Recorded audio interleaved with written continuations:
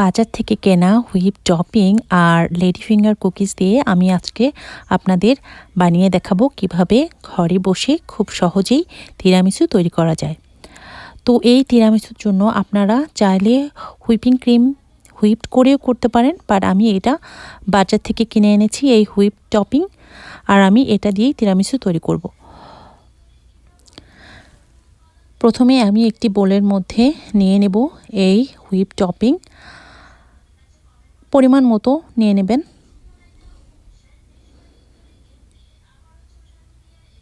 আমি 1 লিটারের একটা হুইপ টপিং থেকে অর্ধেকটা হুইপ টপিং নিয়েছি। তারপর আমি এর মধ্যে দিয়ে দেব কনডেন্সড মিল্ক। আসলে কনডেন্সড মিল্ক আপনারা আপনাদের স্বাদ অনুযায়ী যোগ করবেন। আর আমি আরেকটা জিনিস দেই, সেটা হচ্ছে হেভি ক্রিম, বাট আমার কাছে হেভি ক্রিম ছিল না, তো আমি সেজন্য এখানে কিছুটা হুইপিং ক্রিম যোগ করে সব কিছু খুব ভালোভাবে মিশিয়ে নেব।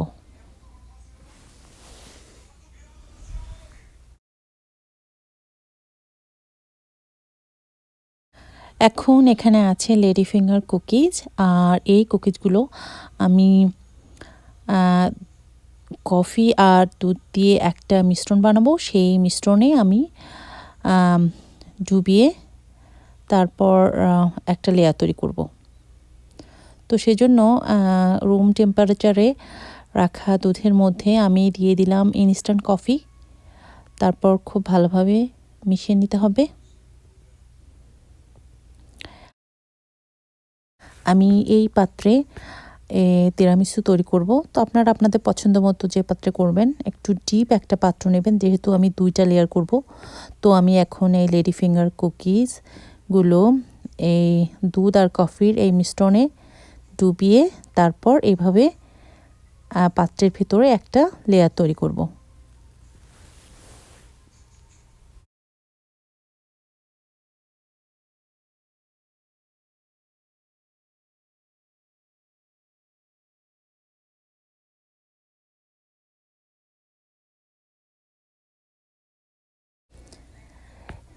এখন এই লেয়ারের উপরে আমি দিয়ে দেব সেই হুইপ টপিং, যেটা আমি কনডেন্স মিল্ক আর হুইপিং ক্রিমের সাথে একসাথে মিশিয়ে তৈরি করেছিলাম।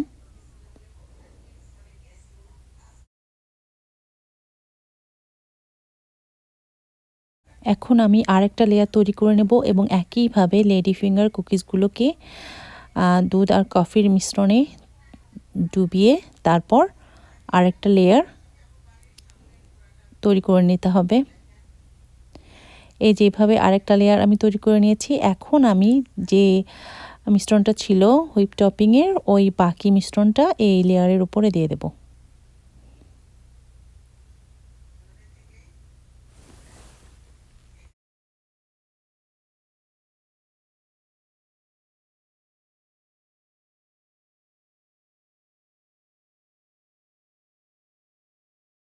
এখন আমি কফির একটা ডাস্ট উপরে ছড়িয়ে দেব।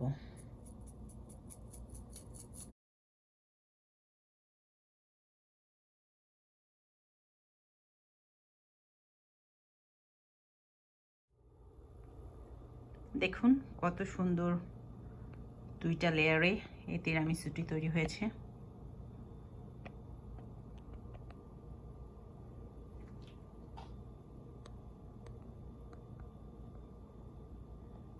খেতে কিন্তু দারুণ হয়। অবশ্যই ট্রাই করবেন, তারপর আমাকে জানাবেন আপনাদের কেমন লাগলো। সবাই অনেক ভালো থাকবেন।